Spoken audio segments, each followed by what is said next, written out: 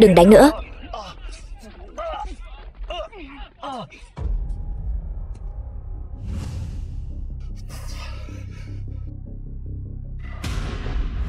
Mục Thừa, con rể Tống gia. Chỉ bằng cái đồ phế vật ở rể như anh, còn dám đánh trả. Xem chị đây có đánh mất mạng anh không? Anh em, đánh thật mạnh vào cho tôi.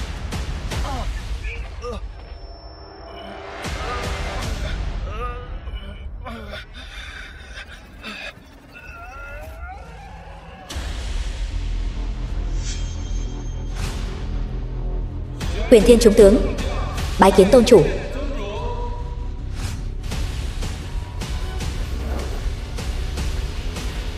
Các người muốn mất mạng sao?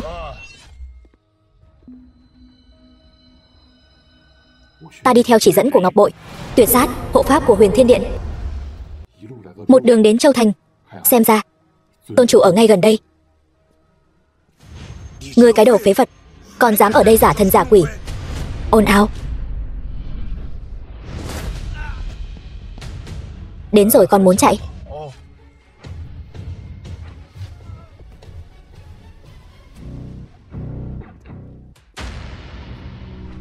Năm năm đã đến, thuộc hạ tuyệt sát, cung chúc tôn chủ thần công đại thành.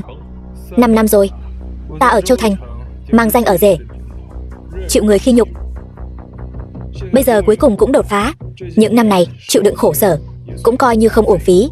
Lũ kiến hôi ở Châu Thành lại dám mạo phạm tôn chủ, thuộc hạ sẽ dẫn người diệt bọn chúng. Không, như vậy quá hời cho bọn chúng. Ngoài ra, ta đã biến mất 5 năm rồi, tình hình biên giới chưa rõ. Thân phận của ta tuyệt đối không được tiết lộ cho bất kỳ ai, thuộc hạ hiểu. Hỏng rồi, Điệp Điệp gặp nguy hiểm. Đừng mà, đừng qua đây. Đừng, cái này không đến lượt cô quyết định. Anh muốn mất mạng. Mục Thừa, anh cái đồ phế vật. Còn nói nhảm một câu nữa, anh chắc chắn phải mất mạng. Mục Thừa, anh biết lão tử là ai không? Tôi đây là thiếu gia của Mạnh gia đó. Anh chọc vào tôi, anh có gánh tội nổi không? Mạnh gia, một đám rác rưởi không đáng nhắc đến. Thật là khẩu khí lớn. Ở Châu Thành, Mạnh gia chúng ta chính là chơi. Anh đắc tội tôi, cứ chờ cả Tống gia cùng với cái đồ phế vật như anh cùng nhau chôn vùi đi. Vậy cũng phải xem hôm nay anh có mạng bước ra khỏi cánh cửa này không đã. Anh muốn làm gì? Anh đừng có làm vậy đó. Mục Thừa,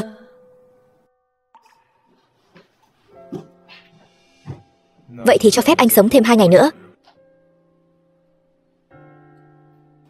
Đi, tôi đưa em về nhà.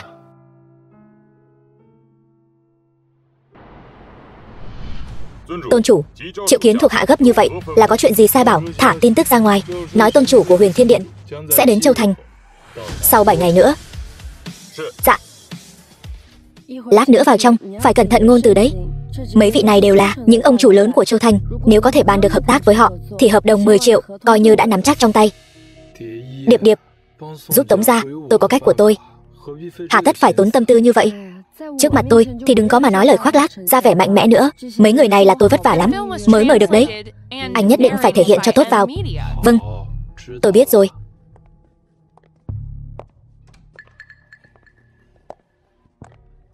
Ba vị lão bản, để tôi giới thiệu một chút. Đây là Mục Thừa, là người phụ trách chính của lần hợp tác này. Người nổi tiếng nhất Châu Thành, chàng rể vô dụng mà, ai mà không biết chứ. Tống tiểu thư, cô tìm hắn đến để bàn chuyện làm ăn với chúng tôi, là xem thường chúng tôi sao? Không phải như vậy đâu, Tống gia chúng tôi là thật lòng muốn hợp tác với các vị. Hợp tác thì được thôi, cô ở lại bảo hắn cút đi. Các người bây giờ được bàn chuyện hợp tác với chúng tôi là đang cho các người cơ hội đấy.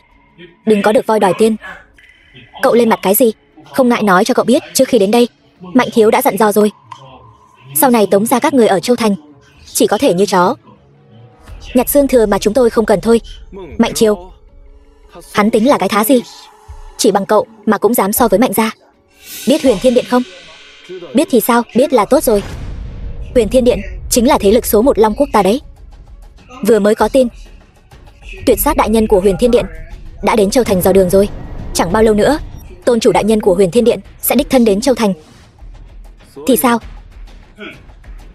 với tư cách là gia tộc đứng đầu Châu Thành, chỉ cần Mạnh gia trèo được lên, tôn chủ đại nhân của Huyền Thiên Điện, đến lúc đó, đừng nói là Châu Thành, mà là cả tỉnh Giang Nam này cũng sẽ có một chỗ đứng cho Mạnh gia. Một thằng rể vô dụng như cậu cũng xứng so với Mạnh thiếu sao? Sao lại thành ra như vậy?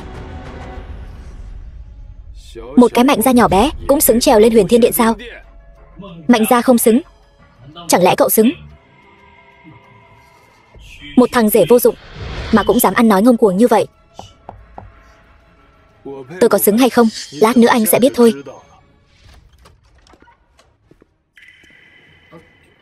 Tuyệt sát đại nhân, sao ngài lại ở đây? Tôi ở đâu? Cần phải báo cáo với cậu sao?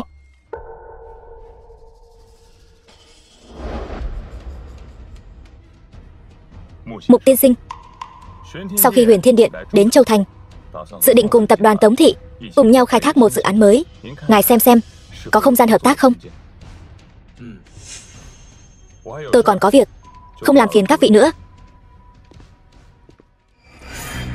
Chư vị, tôi vừa mới cho các người cơ hội rồi đấy.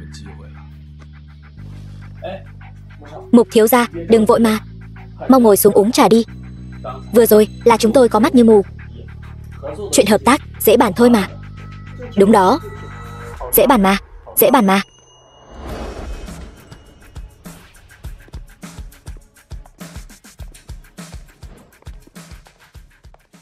Không ngờ hợp tác lại dễ dàng như vậy. Nhưng mà sao anh lại quen biết Tuyệt sát đại nhân? Trước khi tôi đến Châu Thành, vô tình giúp Tuyệt sát một lần, nên lần này anh ta giúp tôi, xem như báo đáp. Anh nói giúp Tống gia là chuyện này. Đúng vậy, Tống gia là gia tộc đầu tiên ở Châu Thành có được cơ hội hợp tác với Huyền Thiên Điện.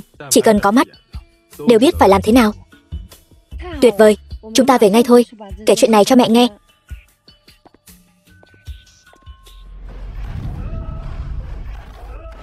Hồ Phi thuộc hạ Mạnh Triều, một đám phế vật.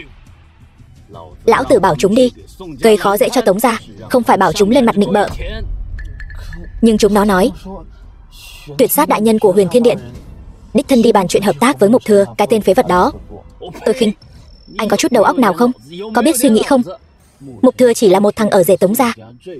Nếu có bản lĩnh đó, cần gì phải sống nhục nhã ở Châu Thành 5 năm? Cái hợp đồng này chắc chắn là Tống Điệp Điệp dùng thân xác để đổi lấy. Trước mặt lão tử thì ra vẻ thanh cao, quay đầu đã đi leo lên giường người khác. Đúng là đồ tiện nhân.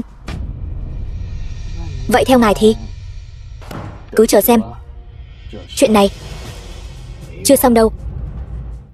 Mẹ, chúng con lấy được hợp đồng với Huyền Thiên Điện rồi. Mẹ đã nghe rồi. Chuyện này còn phải cảm ơn Mạnh thiếu. Mạnh Chiêu, liên quan gì đến hắn? Còn ngốc sao? Huyền Thiên Điện sao có thể để mắt đến loại tiểu môn tiểu hộ như chúng ta? Chắc chắn là Mạnh gia giúp đỡ từ bên trong mới cho chúng ta cơ hội này. Xem ra Mạnh thiếu thật lòng với con đấy. Con có muốn cân nhắc thử không? Mẹ ơi, mẹ đang nói linh tinh gì vậy? Con và Mục Thừa đã kết hôn 5 năm rồi. Hơn nữa cái hợp đồng này rõ ràng là Mục Thừa dựa vào quan hệ của Tuyệt sát đại nhân mà có được. Chỉ bằng nó, nếu nó thật sự có bản lĩnh lớn như vậy, đã không đến mức ở Tống gia ta ăn không ngồi rồi 5 năm. Hợp đồng vừa ký xong, chắc tay chân sẽ bận rộn hơn. Đợi công ty xử lý xong mọi việc, hai đứa lập tức ly hôn cho mẹ. Mẹ, chuyện này không có gì để bàn. Sao lại thành ra thế này?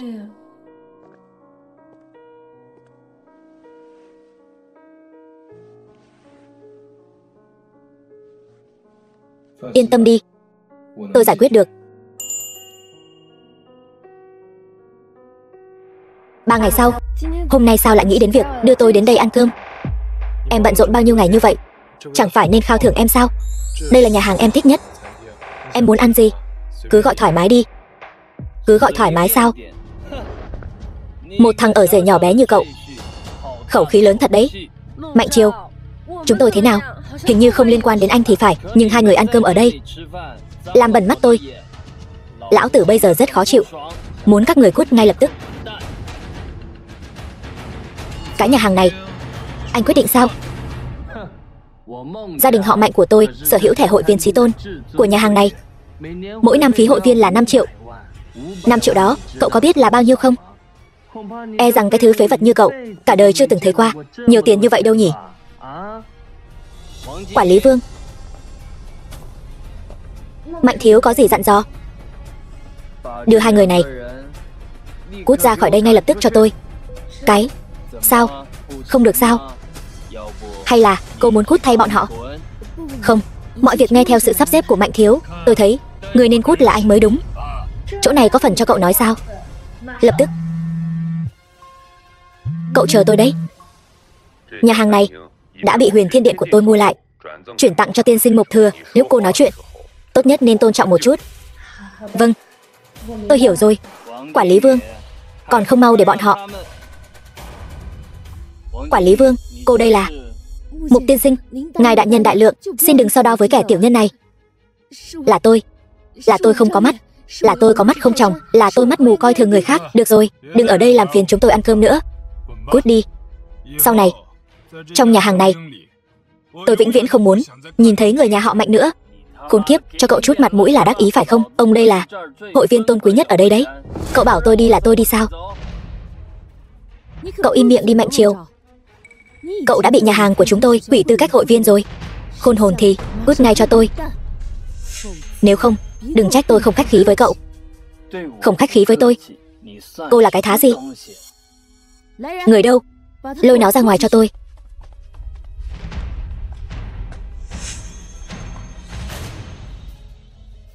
Mục tiên sinh, vậy tôi không làm phiền ngài nữa. Chúc ngài dùng bữa vui vẻ. Mục Thừa, vừa rồi là chuyện gì vậy? Nhà hàng này bị Huyền Thiên Điện mua lại rồi. Vậy cuộc điện thoại vừa rồi là do Tuyệt Sát đại nhân gọi tới? Đúng vậy. Được rồi, ăn cơm trước đi. Vâng. Mục Thừa. Mục Thừa, cái thứ phế vật như cậu lại ở đây, giả bộ cái gì? Cản đường Huyền Thiên Điện tôn chủ. Xem cậu có bao nhiêu cái mạng để đền. Mục Thừa, anh mau qua đây. Tôn chủ đại nhân đã đến Châu Thành rồi, nhưng ngài ấy rất khiêm tốn nên sẽ không gặp mọi người. Có thể hiểu.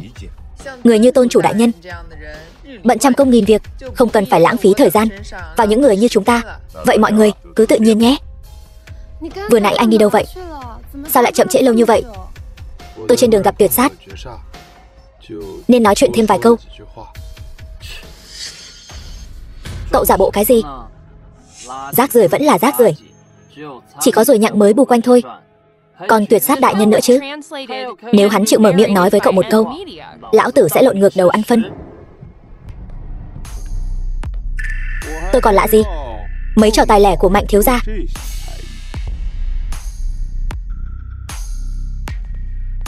Mục tiên sinh, đề nghị mà ngài vừa nói với tôi, Huyền Thiên Điện thấy rất tốt, nên định hợp tác sâu hơn với Tống gia, để ngài làm người phụ trách.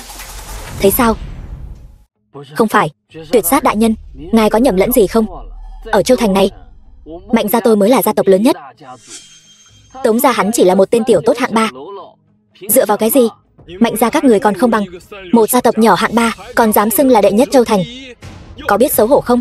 Cậu, Mạnh Triều, tôi muốn bàn chuyện hợp tác với Mục tiên sinh. Cậu ở lại đây không tiện đâu nhỉ? Mục Thừa, chúng ta cứ chờ xem. Có phải cậu quên chuyện gì rồi không?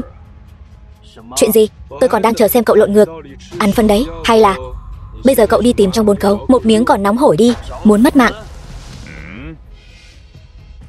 Lần này coi như cậu gặp may. Cậu cứ chờ đấy. Không ngờ Tuyệt Sát đại nhân lại dễ nói chuyện như vậy.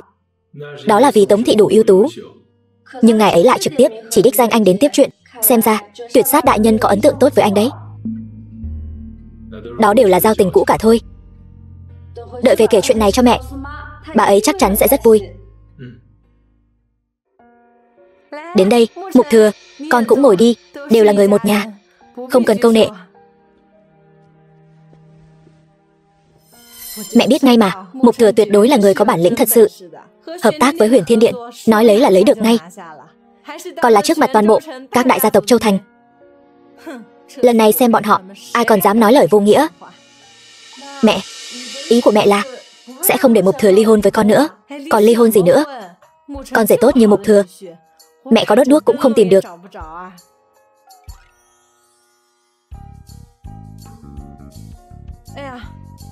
Đây là món quà bố con tặng mẹ đó, món đồ trang sức cuối cùng. Sao lại đứt mất rồi? Không sao đâu, mẹ, ngày mai con mang ra tiệm, tìm người sửa lại là được. Vẫn là con gái ngoan của mẹ hiểu chuyện. Tiệm trang sức đệ nhất Châu Thành. Sửa chữa cần thời gian, mời quý khách chờ một lát.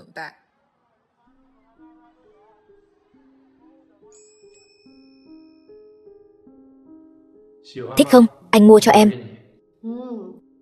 Ở đây chính là tiệm trang sức đệ nhất Châu Thành. Đồ ở bên trong không có món nào dưới 50 triệu.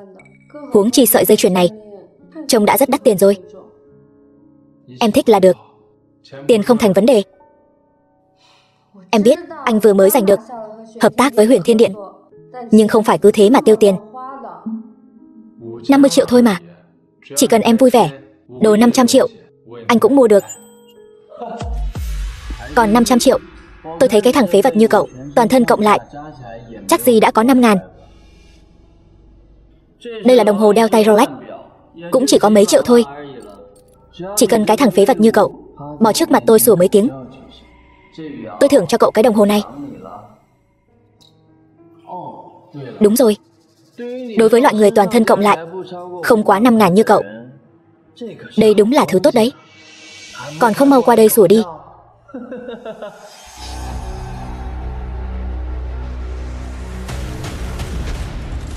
Đồng hồ của ông đây. Mục Thừa, mày muốn mất mạng phải không? Vừa nãy tôi chỉ nghe thấy một tràng cẩu sủa. Mạnh thiếu, anh vừa nói gì sao? Mục Thừa, mày chán sống rồi phải không? Làm hỏng đồ của ông đây, lập tức đền cho tao. Mọi người đều thấy cả, chính cậu tự mình ném đồ xuống đất. Sao? Cái gia tộc giàu nhất Châu Thành này dựa vào ăn vạ mà phất lên sao?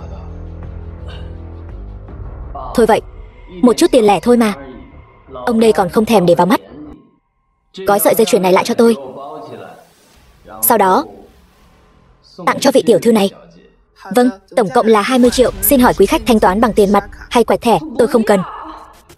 Điệp Điệp, đàn ông của em không được, chỉ có người ngoài như anh đến đối tốt với em thôi. Một chút đồ chơi nhỏ thôi mà, em cứ nhận lấy đi. Vị tiểu thư này đã gói xong cho cô rồi, vậy nên bây giờ cái này là của chúng ta rồi. Vâng, tùy ý tôi xử trí sao? Đúng vậy. Được, vậy giúp chúng tôi trả đi. Làm gì? Tôi chỉ muốn nói với Mạnh thiếu, kẻ nịnh bợ không có kết cục tốt đẹp đâu. Cậu, thưa ngài, quý khách vẫn chưa rời khỏi cửa hàng, có thể hoàn tiền theo giá gốc. Vậy thì ngài báo số thẻ của ngài, tôi thông báo cho bộ phận tài vụ chuyển vào thẻ của ngài. Không vấn đề gì.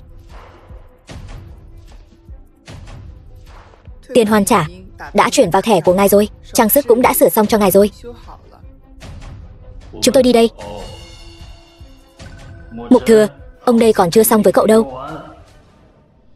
Quả nhiên vẫn là tay nghề của đại sư. Cái vết nối này hoàn toàn không nhìn ra. Đúng rồi, 2 ngày nữa tập đoàn Hằng Dương sẽ đến Châu Thành.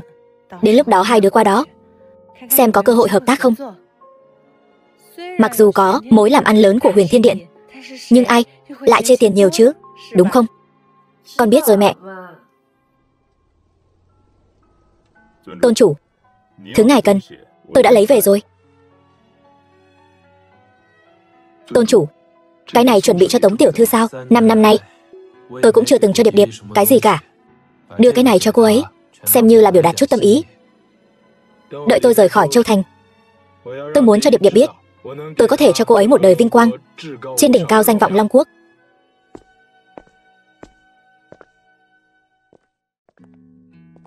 Tặng em này, mở ra xem đi.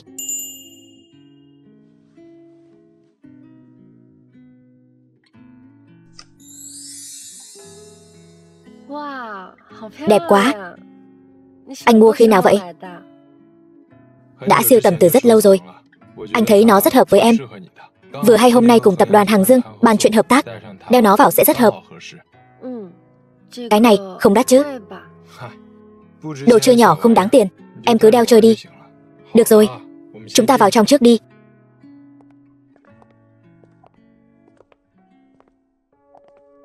Xin chào, tôi tên là Tống Điệp Điệp, là người đại diện của tập đoàn Tống Thị. Được rồi, ngồi xuống trước đi. Các tiên sinh, tổng tài tập đoàn Hằng Dương. Các tiên sinh, đây là bản kế hoạch. Tập đoàn Tống Thị, xin ngài xem qua. Đợi người đến rồi, cùng nhau nói chuyện. Còn có người khác sao?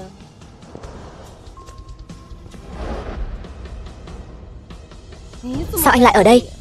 Bàn chuyện làm ăn mà. Dựa vào đâu mà nhà họ Tống các người có thể đến? Nhà họ Mạnh tôi lại không được. Rõ ràng là chúng tôi đến trước, đã đến rồi. Thì ngồi xuống đi. Cũng không thiếu Mạnh thiếu một đôi đũa. Ký được hợp đồng lớn rồi. Đúng là khác nhỉ. Nói chuyện cũng bắt đầu vào khuôn rồi đấy. Đương nhiên là không bằng Mạnh thiếu rồi. Vốn dĩ từ trong miệng chó không nhả ra được ngà voi. Có giỏi thì anh nói lại lần nữa xem. Thôi được rồi, mọi người bớt giận đi. Mạnh gia là gia tộc lớn nhất Châu Thành. Tống gia là ngôi sao mới nổi. Tập đoàn Hằng Dương của tôi đều đánh giá rất cao cả hai vị. Về việc cuối cùng ai sẽ có được hợp đồng thì phải dựa vào bản lĩnh của mỗi người rồi. Nhà họ Tống của cô ta nhìn bề ngoài thì có vẻ mạnh mẽ, nhưng chẳng qua cũng chỉ là thùng rỗng kêu to mà thôi. Đeo một sợi dây chuyền giả, vài trăm đồng để làm bộ ra vẻ tự mình có bao nhiêu cân lượng, trong lòng không biết sao. Đây là Mị Lam chi thạch. Mị Lam chi thạch cái gì chứ? Chỉ là đồ giả tầm thường mà thôi. Bọn họ lúc trước ở tiệm trang sức còn không có tiền mua mấy món đồ nữa cơ. Điệp Điệp, cơ hội hợp tác chi bằng nhường lại cho nhà họ Mạnh đi. Không được. Tống tiểu thư, chuyện hợp đồng chỉ cần cô gật đầu, hợp đồng lập tức sẽ được ký. Vậy nhà họ Mạnh tôi sao? Nhà họ Mạnh các người còn muốn chất vấn tập đoàn Hằng Dương của tôi sao? Các tiên sinh, cái gì là Mị Lam chi thạch? Viên Mị Lam chi thạch này 5 năm trước tại nhà đấu giá lớn nhất Long Quốc, với mức giá cao 680 triệu, đã bị một người mua thần bí mua đi. Không ngờ tới lại xuất hiện trên người Tống tiểu thư. Có thể hợp tác với Tống tiểu thư là vinh hạnh của tập đoàn Hằng Dương chúng tôi. Không phải. Có phải anh nhầm? Đã như vậy, chúng ta đến công ty nói chuyện kỹ hơn đi. Đây là lần đầu tiên Huyền Thiên Điện tiến vào Châu Thành công khai chiêu thương. Không ngờ lại có cơ hội tốt như vậy. Vậy lý ra các người nghĩ thế nào? Có muốn tranh thủ một chút không? Vị kia đã lên tiếng rồi, ai còn dám nữa chứ? Người ta tiền nhiều thế lực lớn, nghiền mất mạng chúng ta còn dễ hơn nghiền mất mạng một con kiến.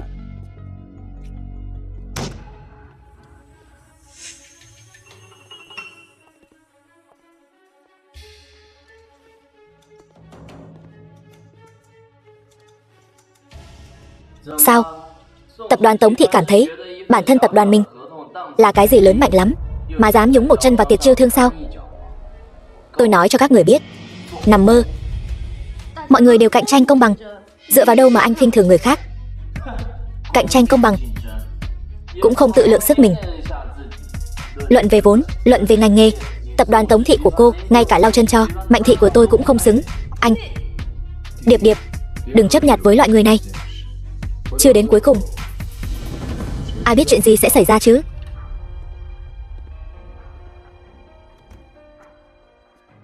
Các vị, Huyền Thiên Điện đã đến Châu Thành chính là muốn cùng các vị cùng nhau liên thủ phát triển.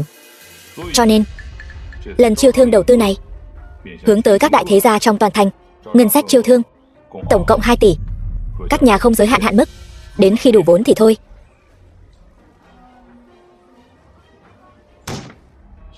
Hai tỷ này Mạnh gia bỏ ra toàn bộ.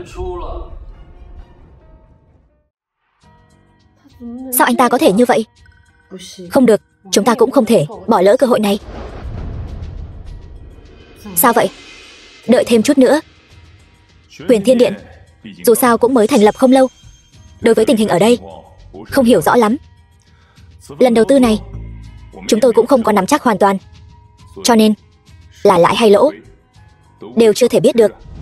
Ý của Tuyệt Sát đại nhân có phải là lần này đầu tư có rủi ro?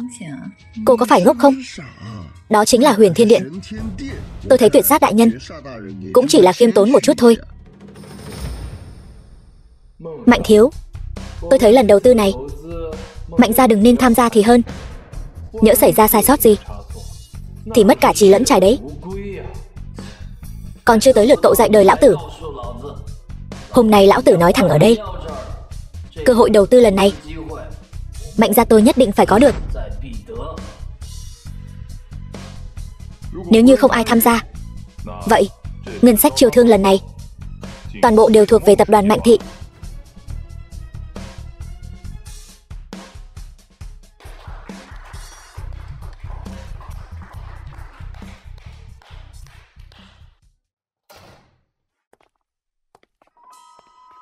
Cơ hội tốt như vậy lại cứ thế nhường cho Mạnh gia sao? Tôi không mong anh lợi dụng quan hệ với Tuyệt Sát đại nhân để tranh thủ cơ hội, nhưng tại sao ngay cả sự cạnh tranh đơn giản nhất chúng ta cũng phải thoái lui chứ? Em tin anh đi, không bao lâu nữa em sẽ hiểu thôi. Cứ tưởng rằng cái thứ phế vật như cậu có chút bản lĩnh, bây giờ xem ra chẳng qua là gặp may mắn thôi. Lần hợp tác chiêu thương với Huyền Thiên Điện này cậu hai tay trắng trở về, vậy mà còn có mặt mũi bước vào cái cửa này. Tuyệt Sát đã nói rất rõ ràng rồi, kết quả đầu tư lần này chưa biết. Tập đoàn Tống Thị bỏ lỡ cơ hội lần này, biết đâu sẽ gặp may mắn bất ngờ. Đừng ở đây tìm lý do cho sự vô dụng của mình. Tống gia tôi không nuôi người vô dụng. Nếu cậu còn kéo chân chúng tôi thì cút khỏi Tống gia cho tôi. Mẹ ơi, mẹ không thể vì một lần sai lầm mà phủ nhận toàn bộ nỗ lực của Mục Thừa chứ. Phế vật mãi mãi là phế vật. Nếu lần này nhà Mạnh trục lợi từ đó, xem tôi xử lý cậu thế nào.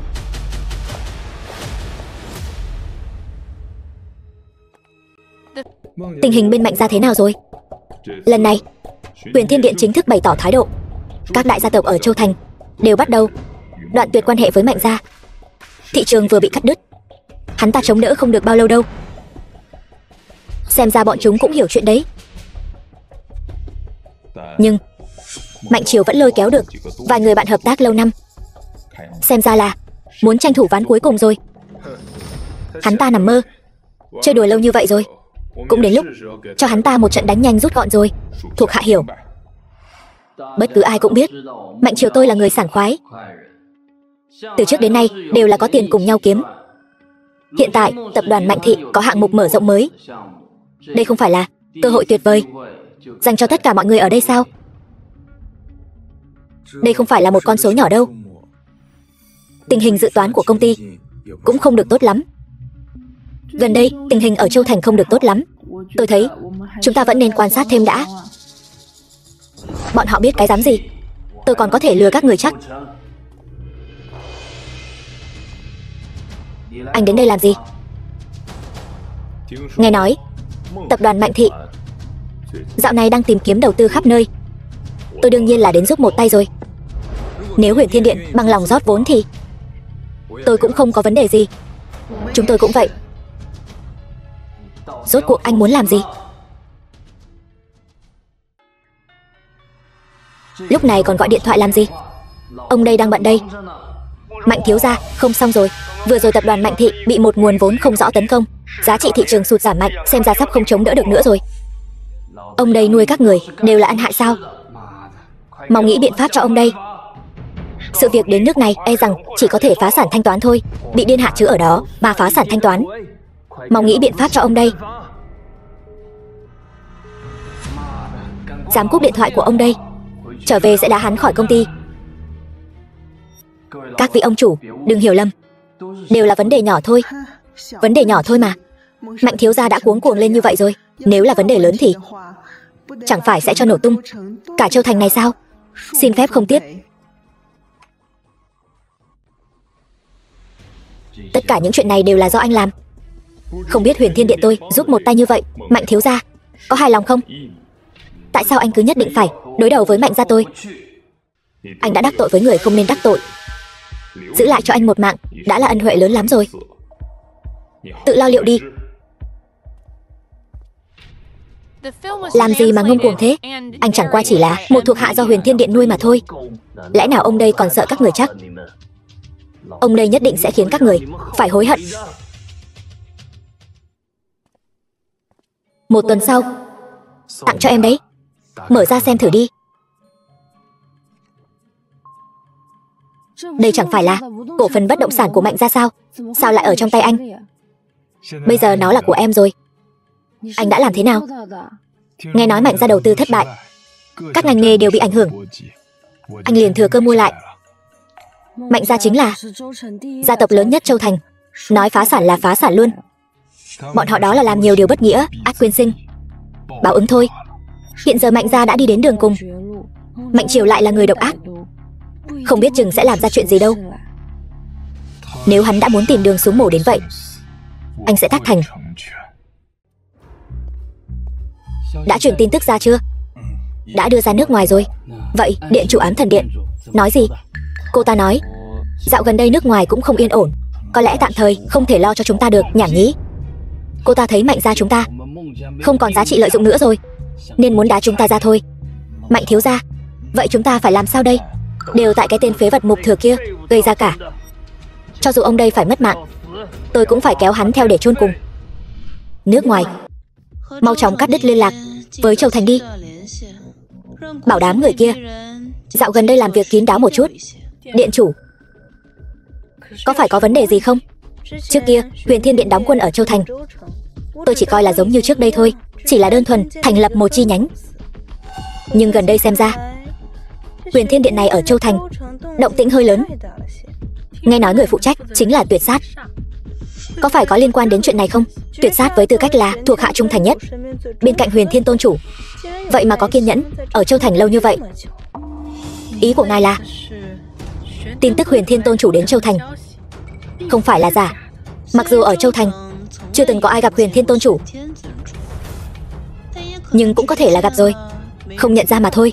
Thân phận của hắn với bên ngoài luôn rất kín đáo, ngay cả ta cũng chỉ là lúc trước giao thủ với hắn gặp qua một lần mà thôi. Hiểu rồi, thuộc hạ sẽ cho người tiếp tục âm thầm điều tra.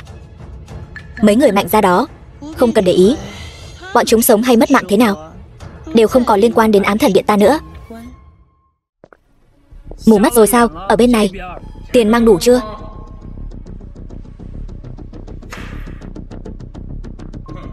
Quả nhiên là lạc đà gầy còn hơn ngựa béo. Mạnh thiếu gia ra tay rộng rãi. Cầm miệng đi. Có chắc anh làm được không? Không thành vấn đề, chẳng phải chỉ là một con đàn bà nhỏ bé thôi sao? Anh cứ chờ tin tốt của tôi đi. Mục Thừa, lão tử dù có mất mạng cũng sẽ không để cậu sống yên. Điệp Điệp, thứ nàng muốn ta mua về rồi. Đây là của Điệp Điệp.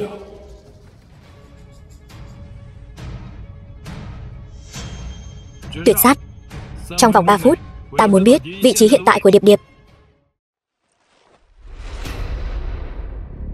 Mạnh Triều, anh điên rồi, mau thả tôi ra. Thả cô ra. Tôi còn chưa để Mục Thừa, cái phế vật đó, nếm trải mùi vị tuyệt vọng. Sao có thể thả cô ra được? Tất cả mọi chuyện đều là vì sự tham lam của anh gây ra. Liên quan gì đến Mục Thừa? Cầm miệng cho lão tử. Đều là vì cái tên rác rưởi Mục Thừa đó, lão tử mới phải rơi vào kết cục như ngày hôm nay. Hắn vốn không nên xuất hiện ở cái Châu Thành này, không nên sống trên đời này. Mạnh Triều, anh nhất định là điên rồi. Lão tử điên rồi. Lão tử bây giờ sẽ cho cô thấy kẻ điên có thể làm đến mức nào. Đợi đến khi Mục Thừa nhìn thấy khuôn mặt bị sạch của cô sẽ có biểu cảm như thế nào. Mục Thừa, sao tìm được ta? Điệp Điệp, nàng không sao chứ?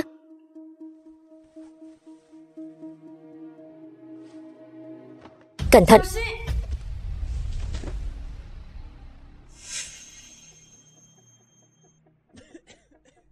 Tống Điệp Điệp, nàng làm sao vậy? Loại thuốc độc thực cốt tán ở nước ngoài này lại không có tác dụng với ngươi. Quả nhiên là cấu kết với thế lực hải ngoại. Nói, ngươi đang mưu đồ gì? Hiện tại ngươi có bản lĩnh để mà mặc cả với ta sao? Mặc dù không biết vì sao ngươi lại không sao, nhưng Tống Điệp Điệp e rằng không chống đỡ được bao lâu đâu.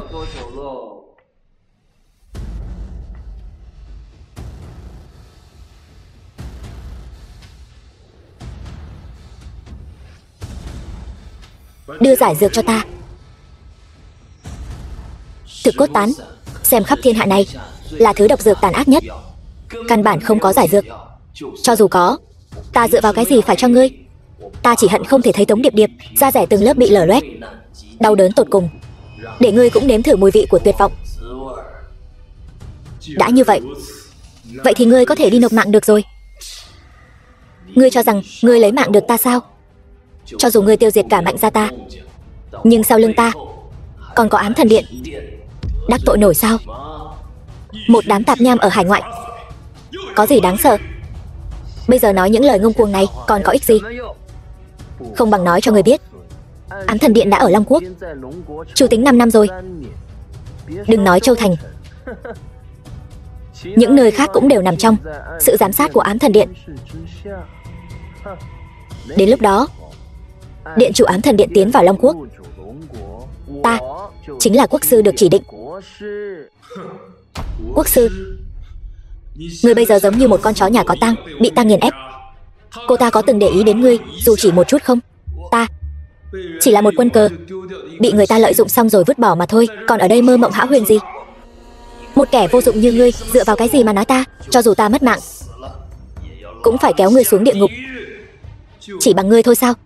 Xứng sao? Thuộc hạ tham kiến tôn chủ.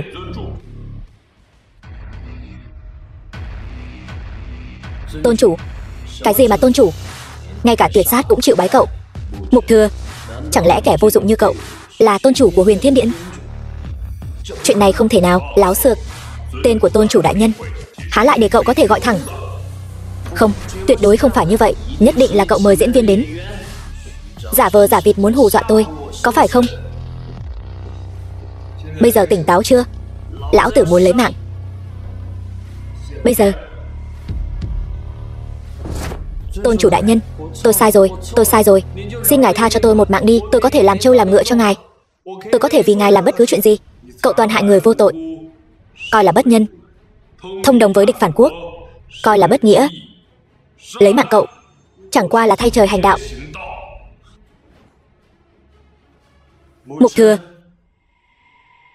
cậu nhất định phải tận diệt như vậy sao? Tôi dù làm ma cũng sẽ không tha cho cậu.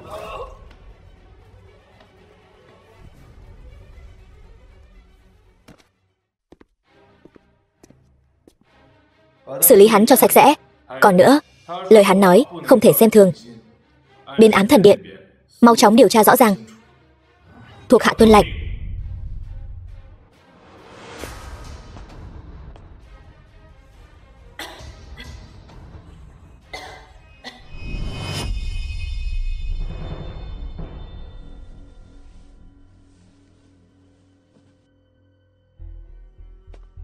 Loại độc này có thể giải, nhưng dược liệu không ở Long Quốc, cho nên tôi có thể sẽ rời đi một thời gian.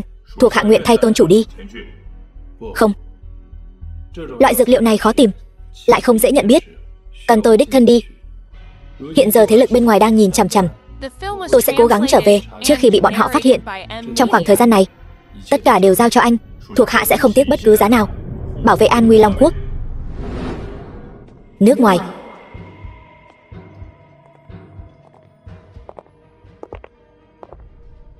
các người là ai? Huyền Thiên tôn chủ, đã lâu không gặp. Thượng Cách, cô cho rằng chỉ bằng hai người này có thể ngăn được ta? Không thử xem, sao biết được? Không tự lượng sức. Quên nói cho người biết, bên Châu Thành cũng có một màn hay sắp diễn ra. Không biết người có thể nhìn thấy không đây? Vì sao? Luôn cảm thấy sắp có chuyện xảy ra. Tuyệt sát đại nhân, không xong rồi. Không biết từ đâu nhảy ra một đám thế lực, ước chừng 2 vạn người, toàn bộ đều có vũ khí hạng nặng. Bọn họ đã hoàn toàn bao vây Châu Thành. Xem bộ dạng giống bất cứ lúc nào cũng sẽ phát động tiến công. Lập tức phái một đội nhân mã nhỏ bảo vệ an toàn của chủ mẫu. Những người còn lại theo ta ra thành, lập tức chuẩn bị nghênh địch. Dạ. Tôn chủ, dù cho thân vong vì nước, tuyệt sát cũng tuyệt không phụ lòng mong đợi của ngài. Cô rốt cuộc muốn làm gì? 5 năm không gặp, anh cảm thấy hai người chúng ta ai sẽ thắng? Hiện tại không thể cùng bọn họ lãng phí thời gian, phải nghĩ biện pháp nhanh chóng giải quyết vấn đề mới được. Tôi nói đường đường Huyền Thiên tôn chủ, sao lại rụt rè 5 năm? Thì ra là tu luyện thần công không thành, thành một kẻ không có tu vi. Phế vật. Vậy thì sao? Cô chẳng qua cũng chỉ là bại tướng dưới tay tôi mà thôi. Mất mạng đến nơi rồi, anh còn gì đáng đắc ý. Chỉ cần hôm nay tôi lấy mạng anh, ai còn để ý trận thắng bại năm đó. Tất cả mọi người sẽ biết tôi, Thượng Cách, mới là chủ của thiên hạ. Một kẻ chỉ giỏi mồm mép, rác rưởi mà thôi. Anh sẽ vì câu nói này mà trả giá. Sao lại nhanh như vậy? Anh cố ý sao? Đối phó với loại tiểu nhân âm hiểm như cô, đương nhiên phải dùng chút thủ đoạn mới được. Đừng hấp tấp. Hiện tại chúng ta có thể nói chuyện tử tế rồi. Nói gì? Nói chuyện xâm chiếm Châu Thành quan trọng, hay là cái mạng nhỏ của cô quan trọng? Tôi đã mưu tính nhiều năm. Anh nghĩ rằng chỉ bằng một câu nói của anh là có thể khiến tôi từ bỏ sao? Đã bao nhiêu năm không gặp, đầu óc của cô càng ngày càng không linh hoạt rồi. Quyền thế cao đến đâu cũng phải có mạng hưởng thụ mới được. Đừng để đến cuối cùng lại uổng công làm lợi cho người khác. Cô bây giờ lập tức thông báo cho thủ hạ của cô ngoan ngoãn rút lui. Cô nghĩ kỹ chưa? Cô không có lựa chọn. Ra lệnh cho tất cả mọi người lập tức rút lui. Lão nương cần phải giải thích với ngươi sao? Mau chóng dẫn người đến đây. Bây giờ anh hài lòng chưa? Thượng điện chủ, tôi cũng không muốn thừa lúc người ta gặp khó khăn. Đợi đến khi có cơ hội, tôi sẽ cùng cô quang minh chính đại đánh một trận.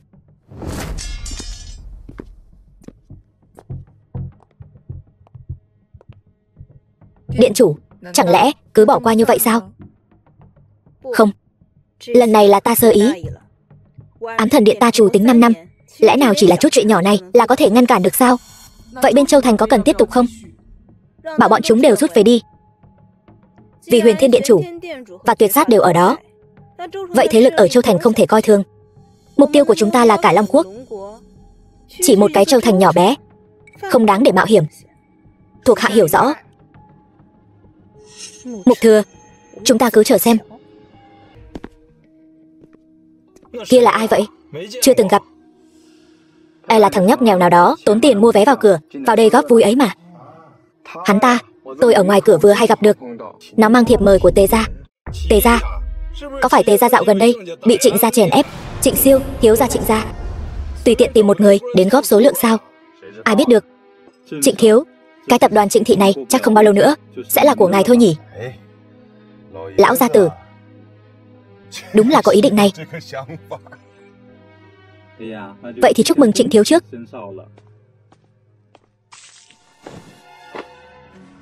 Từ đâu tới cái thứ không có mắt này? Có biết vị này là ai không? Còn muốn sớm nữa không? Xin lỗi nha, là tôi không cẩn thận. Người đâu? Lôi hắn ra ngoài cho tôi. Xin lỗi, tại hạ chỉ là muốn cùng Trịnh thiếu kết giao bạn bè. Mục Thừa, chưa từng nghe qua. Không phải người ở Đế Đô nhỉ? Trịnh thiếu thật tinh mắt. Tôi mới đến đây. Được rồi, tôi biết rồi.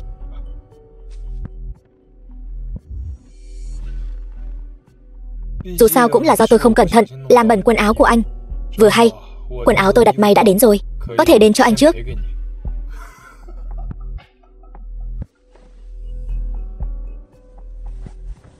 Có biết tôi bình thường mặc đồ gì không? Mấy thứ rách nát của cậu tôi thèm sao? Không xem thử sao biết được. Được thôi, tôi muốn xem thử xem cậu có thể giở trò gì ở đây. Mục tiên sinh, quần áo của ngài đã đến. Cái này là quần áo của nhà may lộ ở Đế Đô. Trịnh thiếu thật có mắt nhìn. Cậu làm thế nào vậy? Đơn hàng của tôi xếp hàng từ lâu rồi, muốn lấy được cũng phải sang năm. Không ngờ cậu vừa đến Đế Đô đã có thể đặt được. Tôi có chút giao tình với thợ may lộ, nên người ta mới tạo điều kiện cho tôi. Người như thợ may lộ, ngay cả đại nhân vật ra mặt, ông ấy cũng chưa chắc đã nể mặt. Cái tên Mục Thừa này nói có giao tình với ông ấy, e là không đơn giản. Trịnh thiếu, vậy bây giờ có thể đổi chỗ nói chuyện không? Được, đã nói rồi đấy, thời gian của bổn thiếu gia rất quý báu, tốt nhất cậu đừng nói nhảm. Đương nhiên.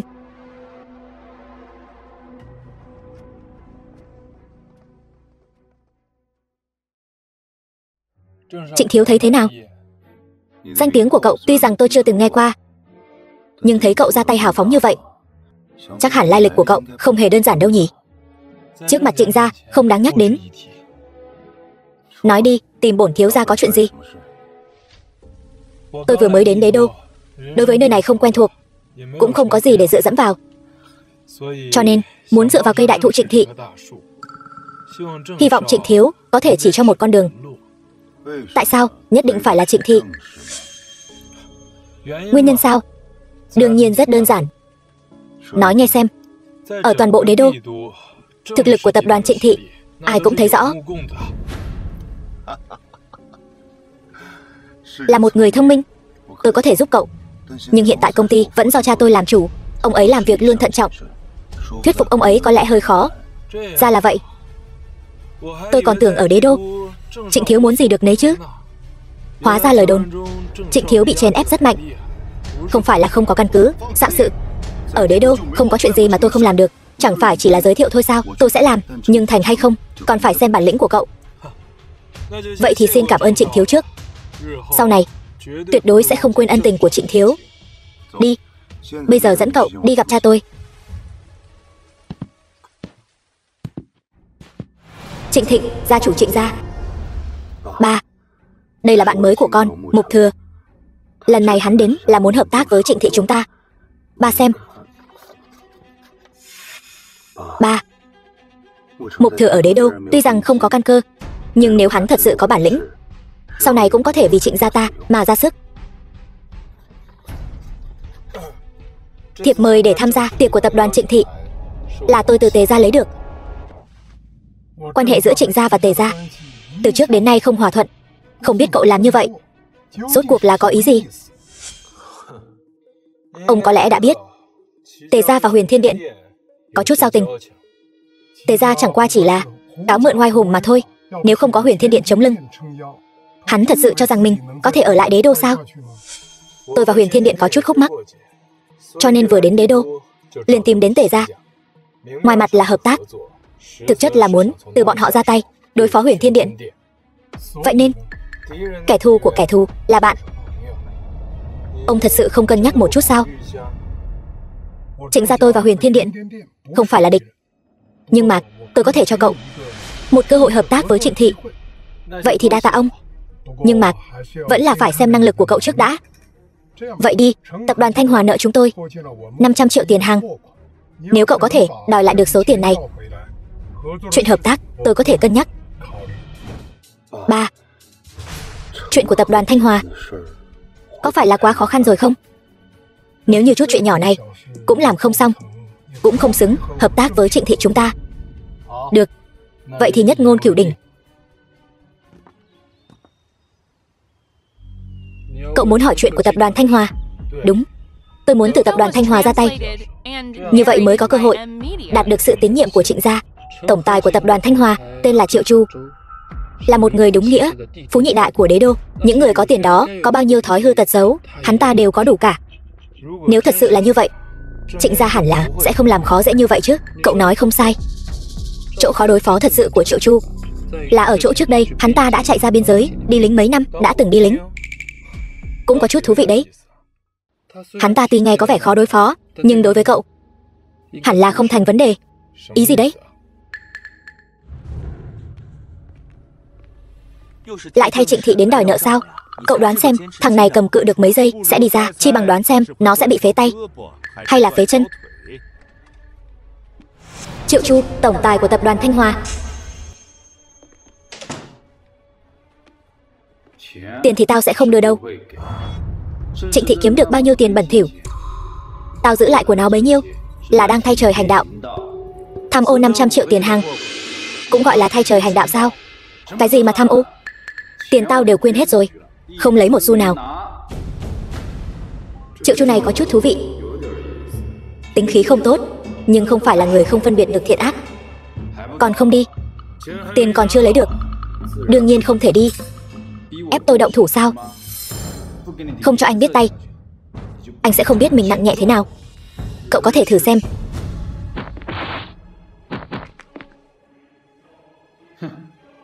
Không ngờ lại là một người luyện võ. Đến đây trực tiếp so tài, xem anh có thực lực lấy được số tiền này hay không. Hóa Vân Trưởng, anh là Huyền Thiên Tôn Chủ. Tôi không phải, chính là anh. Anh vừa sử dụng lực của Hóa Vân Trưởng. Chỉ có Huyền Thiên Tôn Chủ mới có thể thi triển được. Anh rất hiểu về Huyền Thiên Tôn Chủ nhỉ? Huyền Thiên Điện vốn dĩ là đệ nhất đại thế lực của Long Quốc, không chỉ vì Huyền Thiên Tôn Chủ thế lực cường thịnh, mà còn vì anh ấy bằng một mình sức lực đối kháng Ám Thần Điện ở nước ngoài, mới đổi được cho Long Quốc ta nhiều năm an bình. Tôi tự nhiên là vô cùng khâm phục anh ấy. Chẳng trách Tề Thụy lại nói với tôi những lời đó. Anh ta tin nghe có vẻ khó đối phó, nhưng đối với anh chắc không thành vấn đề. Tôi từng ở biên giới vài năm, người ở đó nhắc đến Huyền Thiên Tôn Chủ, không ai là không khâm phục. Năm đó anh ấy và Ám Thần Điện Điện chủ thượng cách đối chiến, một chiêu Hóa Vân Trưởng là không ai sánh bằng. Sao anh biết? Lúc đó tôi ở hiện trường, chắc là không có người khác. Người khác sợ bị thương nên đều tránh đi. Tôi hiếu kỳ quá thôi, nên đã lén chạy qua, muốn nhìn xa xa một cái, nhưng cũng chỉ nhớ được Hóa Vân Trưởng. Lúc đó ngài trông như thế nào đều không nhìn rõ. Thì ra là vậy. Tôn chủ, tôi ngưỡng mộ ngài đã lâu. Hôm nay cuối cùng cũng được gặp người thật, cũng coi như là có duyên đi. Sau khi sự việc Ám Thần Điện lắng xuống, tôi liền không còn nhận được tin tức gì của ngài nữa. Không ngờ gặp lại là ở Đế Đô. Triệu gia tôi ba đời đều là người Đế Đô. Sau này ngài có chuyện gì cứ việc tìm tôi. Tôi hiện tại quả thật có một chuyện cần anh giúp đỡ. Chuyện gì tôi cũng đều đáp ứng. Tôi cần từ chỗ anh lấy lại 500 triệu tiền hàng của tập đoàn Trịnh Thị. Ngài đường đường là Huyền Thiên Điện Tôn Chủ, tại sao lại giúp Trịnh gia làm việc xấu? Tôi không phải vì Trịnh Thị mà mới làm như vậy. Chuyện trong đó không tiện tiết lộ quá nhiều. Bởi vì ngài là Huyền Thiên Tôn Chủ, cho nên lời của ngài tôi nguyện ý tin tưởng. Vậy thì đa tạ. 500 triệu này tôi viết cho ngài một tấm chi phiếu để đỡ phải phiền phức. Được.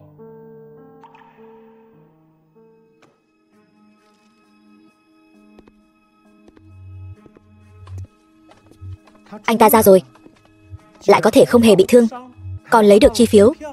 Ông chủ còn đích thân tiễn nữa. Trời ơi, thật là ma quỷ hiện hình. Hy vọng ngài có thể như trước đây, mãi mãi không làm chúng tôi thất vọng. Nhất định.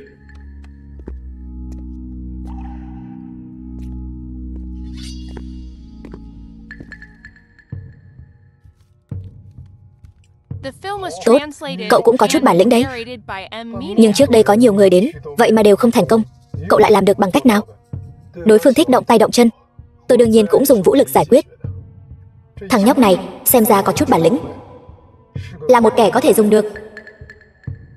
Cậu hợp tác với Trịnh Thị là muốn đi con đường bình thường hay là con đường không bình thường? Lời này của ngài là có ý gì? Con đường bình thường chính là hợp tác thương mại bình thường. Một năm có thể kiếm 500 triệu, như vậy đã không ít rồi. Vậy con đường không bình thường thì sao? Con đường không bình thường có thể tăng gấp 10 lần, chính là 5 tỷ. Nhiều như vậy sao? Vậy tôi muốn cái này. Thật là thấy tiền sáng mắt. Biết phải trả giá gì không? Làm tốt, đương nhiên đại phú đại quý. Làm không tốt thì có thể mất mạng. Tôi không quan tâm. Cầu phú quý trong hiểm nguy, tôi nguyện ý đánh cược một phen. Không tệ, có gan đấy. Vốn dĩ tôi sẽ không xem xét loại người mới như cậu, nhưng đại nghiệp sắp thành, chính là lúc dùng người, nên mới để cậu lên được con thuyền lớn này. Đại ân đại đức của Trịnh gia chủ, tôi suốt đời khó quên. Tốt, là một người biết điều. Vậy thì đi theo tôi một chuyến đi. Không biết Trịnh gia chủ đưa tôi đến đây là có ý gì? Thứ ở chỗ này đủ để lật đổ cả Long Quốc. Ý của ngài là?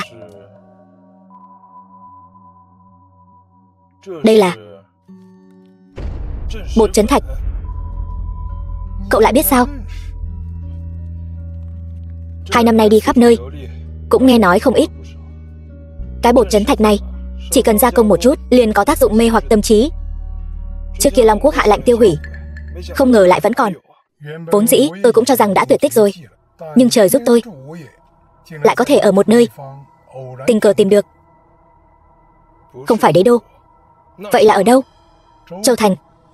Thì ra Mạnh gia và Đế Đô liên hệ với nhau lại là vì cái này. Thực ra một quân cờ của tôi ở Châu Thành bị Huyền Thiên Điện tiêu diệt rồi. Bây giờ thiếu một người đến quản lý. Tôi thấy cậu rất thích hợp. Chuyện quan trọng như vậy, giao cho tôi một người mới. Ngài thật sự yên tâm sao? Một người mới không có căn cơ. Chắc là cậu cũng không dám giở cho gì với Trịnh gia tôi. Hơn nữa, tôi phải khuyên cậu đừng có nghĩ đến những ý đồ đen tối. Ngay cả người của Huyền Thiên Điện, hộ pháp tuyệt sát, tôi cũng có thể bắt được. Việc tuyệt sát mất tích quả nhiên là Trịnh gia làm. Chỉ bằng cậu thì có thể thắng được thế nào?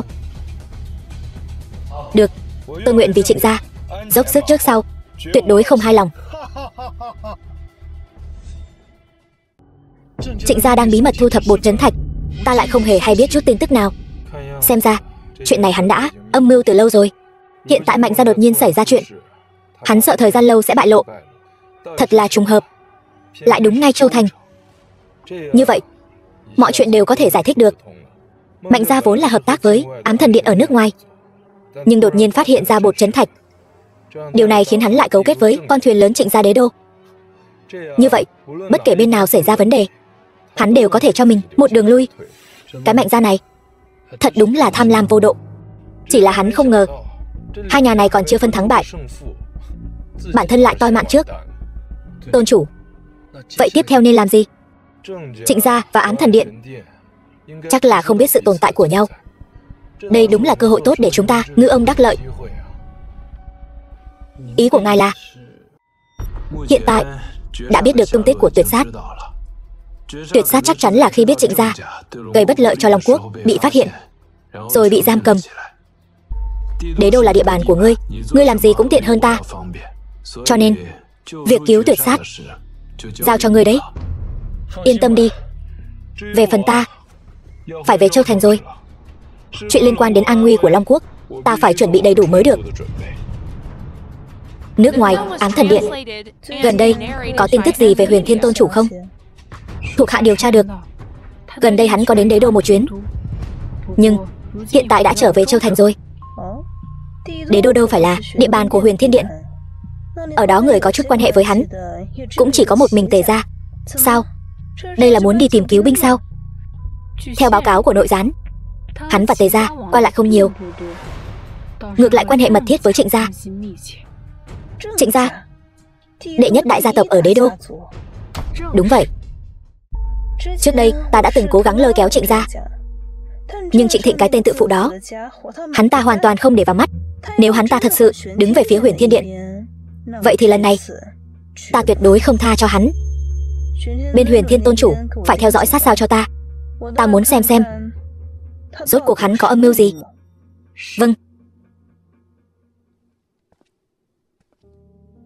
Cuối cùng chàng cũng trở về rồi. Ta đã rất lo lắng đó. Chàng không sao là tốt rồi. Điệp Điệp, có những chuyện rất phức tạp, ta không có cách nào để giải thích rõ ràng với nàng. Cho nên nàng nguyện ý tin ta thêm một lần nữa không? Rốt cuộc đã xảy ra chuyện gì? Nàng và mẹ nàng tốt nhất nên ra nước ngoài ở một thời gian, đợi đến khi mọi chuyện được giải quyết, hai người lại trở về. Có phải đã xảy ra chuyện gì rồi không? Ta không thể nói cho nàng biết. Nàng biết càng nhiều thì càng nguy hiểm. Nhưng mà Điệp Điệp, Điệp Điệp ơi, nàng là người quan trọng nhất của ta. Chỉ khi bảo đảm an toàn cho nàng, ta mới có thể buông tay làm việc. Lần này liên quan đến an nguy của Long Quốc, chỉ có thể thành công, không thể thất bại.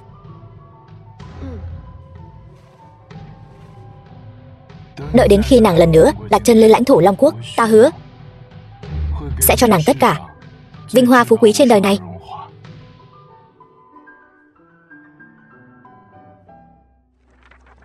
Tôn chủ, chủ mẫu và người nhà của cô ấy đã được đưa đi an toàn rồi. Vậy thì tốt.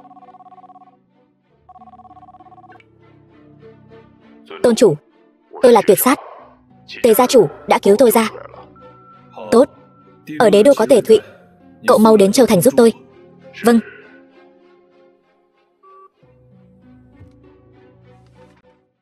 Thân thể của cậu không có gì đáng ngại chứ? Đa tạ tôn chủ quan tâm. Chỉ là Trịnh gia những thủ đoạn hạ lưu ấy căn bản không đáng là gì. Trịnh gia có phát hiện ra không? Tôn chủ yên tâm, Tề gia chủ làm việc vô cùng cẩn thận, đã tìm một cái xác bị hủy dung để thay thế tôi. Trịnh gia không tra ra được gì đâu. Vậy thì tốt. Tôn chủ, vậy chúng ta tiếp theo nên làm gì? Hai con ác quyển đều canh giữ ở cửa, đương nhiên sẽ vô vị. Chỉ khi để bọn chúng đấu đá lẫn nhau, như vậy mới là một vở kịch hay. Vậy tôn chủ, chúng ta nên bắt đầu từ đâu? Bột trấn thạch. Nhưng bột trấn thạch lại là một tai họa lớn. Cứ như vậy mà lộ ra ngoài, cho dù cuối cùng ai thắng ai thua, đều gây bất lợi lớn cho Long Quốc. Dùng độc dùng dược, trên đời này vẫn chưa có ai có thể vượt qua tôi. Tôi đã có thể tiêu hủy bột trấn thạch này một lần, đương nhiên cũng có thể tiêu hủy lần thứ hai. Xem ra tôn chủ đã có kế hoạch rồi.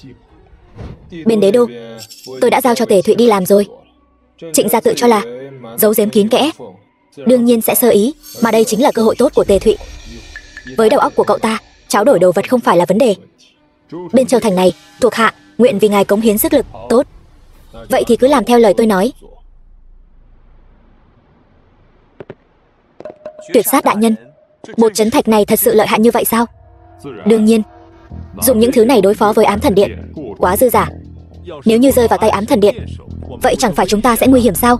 Cho nên chuyện này nhất định phải làm kín đáo. Ám thần điện vừa mới chịu thiệt dưới tay tôn chủ, chắc không rảnh lo cho nơi này. Chúng ta phải thừa cơ chuyển đồ đi. Vâng.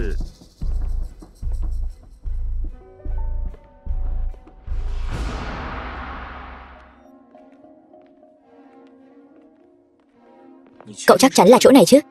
Chỉ có một đường thôi, tuyệt đối không sai được. Chuyện này thật sự không cần báo với điện chủ trước sao? Cậu ngốc sao? Đi đi về về thế này sao mà kịp? Yên tâm, đợi chúng ta lấy được bột trấn thạch, đó chính là lập được đại công.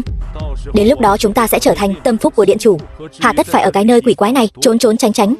Bây giờ có cơ hội để các người sống quang minh chính đại. Các người có muốn nắm bắt không? Là anh. Sao anh lại ở đây? Đương nhiên là chờ các người. Tất cả chuyện này đều là âm mưu của anh. Bây giờ mới biết sao? Muộn rồi. Chỉ cần anh ngoan ngoãn khai ra ám thần điện, ở các nơi khác của Long Quốc có những gian tế nào, tôi có thể cân nhắc tha cho anh một mạng. Chỉ bằng anh, ai thắng ai thua còn chưa chắc đâu. Huyền Thiên Điện tôi 3.000 tướng sĩ đã bao vây nơi này rồi. Các người hoặc là khai ra, hoặc là nộp mạng đi. Hơn nữa, tôi không ngại cho các người mở mang kiến thức một chút về thủ đoạn của Huyền Thiên Điện. Chúng tôi nói, tôn chủ đã điều tra rõ ràng tất cả rồi. Ám thần điện ở toàn bộ Long Quốc đều bố trí gián điệp, ở khắp nơi trên đất nước ta an bài phong thủy đại trận, muốn lật đổ khí mạch Long Quốc ta. Châu Thành chính là một trong những trận nhãn. Phong thủy đại trận, nói như vậy là không liên quan đến Trịnh gia. Thuộc hạ đã điều tra kỹ, không có liên quan. Vậy thì coi như hắn xui xẻo. Chuyện bột trấn thạch, tiếp tục theo dõi. Ban bố Huyền Thiên truy sát lệnh, xuất động 10 vạn tướng sĩ bắc cảnh Huyền Thiên Điện, tiêu diệt toàn diện nội gián tiềm ẩn của ám thần điện. Thuộc hạ tuân mệnh. Điện chủ, không xong rồi. Những mắt xích chúng ta cài cắm khắp các nơi ở Long Quốc chỉ trong một đêm đều đã mất liên lạc. Tất cả phong thủy đại trận đều bị phá hoại. Sao lại thế này? Là ai to gan như vậy? Chẳng lẽ lại là Huyền Thiên Điện chủ? Lần này e là không phải. Ý gì? Thuộc hạ sau khi điều tra, phát hiện người của ám thần điện ta là đã điều tra ra được manh mối liên quan đến bột trấn thạch, nên mới bị diệt khẩu. Bột trấn thạch? Long Quốc lại có bột trấn thạch? Đúng vậy. Hơn nữa theo manh mối điều tra được, là Trịnh gia của đế đô vẫn luôn bí mật thu thập. Chắc hẳn lần này chúng ta tình cờ gặp mặt, nên bọn họ mới hạ độc thủ. Hắn Trịnh gia đế đô thì tính là cái thá gì, còn muốn cùng ám thần điện ta so cao thấp. Đợi ta có được bột trấn thạch trong tay, Huyền Thiên tôn chủ cũng không cần phải sợ. Huyền Thiên tôn chủ có biết chuyện này không? Chắc là không biết. Gần đây hắn ở Châu Thành rất yên tĩnh. Rất tốt, đây chính là cơ hội của chúng ta. Người dẫn một đám người theo ta đến đế đô, hội ngộ Trịnh gia. Dạ. Chuyện thế nào rồi? Tề gia chủ có tin tức, mọi việc đều đã ổn thỏa. Đợi Trịnh gia chạy tới đó, sẽ phát hiện toàn bộ bột trấn thạch đều bị đánh cháo, mà ám thần điện đi cướp đoạt, sẽ chính diện đối đầu với Trịnh gia. Đến lúc đó, hai bên nhất định có một bên mất mạng, hoặc có thể nói cả hai đều bị thương. Nếu như bọn họ biết bột trấn thạch thật sự đã bị ta tiêu hủy toàn bộ, sẽ là một loại biểu tình gì đây? Chắc hẳn bọn họ không đợi được đến ngày đó đâu. Tôn chủ làm như vậy, quả nhiên cao minh. Không, là tiền tài và quyền thế che mở đôi mắt của bọn họ, mới khiến bọn họ bất chấp tất cả, bước lên con đường không lối về này. Từ xưa đến nay lòng người mới là nơi dễ dàng ra tay nhất, mà việc chúng ta cần làm chính là kiên nhẫn chờ đợi. 1 tháng sau, chuyện ở đế đô kia, ngươi nghe nói chưa? Chuyện lớn như vậy, sao có thể không biết? Trịnh gia ở đế đô xưng bá lâu như vậy, bị Tề gia dễ dàng đánh một kích, liền thất bại rồi. Không ngờ cũng chỉ là con hổ giấy. Đúng vậy, bọn họ còn vọng tưởng liên hợp với Ám Thần Điện ở nước ngoài, cùng nhau đối phó Long Quốc. May mắn Huyền Thiên Điện kịp thời chạy đến, mới ngăn cản được tất cả. Ám Thần Điện cả đời này đừng hòng trở mình, thật là ác giả ác báo. Đúng vậy, vẫn là ở lại Châu Thành an toàn nhất. Những chuyện lung tung kia đều không liên quan đến chúng ta. Thời gian không còn sớm nữa, chúng ta về nhà trước thôi.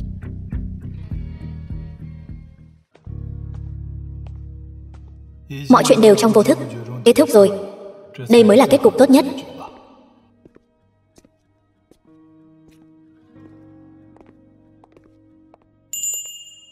Sau này ta sẽ không đi đâu nữa, sẽ ở bên cạnh chàng cả đời. Được, chúng ta sẽ không bao giờ chia lìa nữa. Bây giờ có thể nói cho ta mọi chuyện rồi chứ?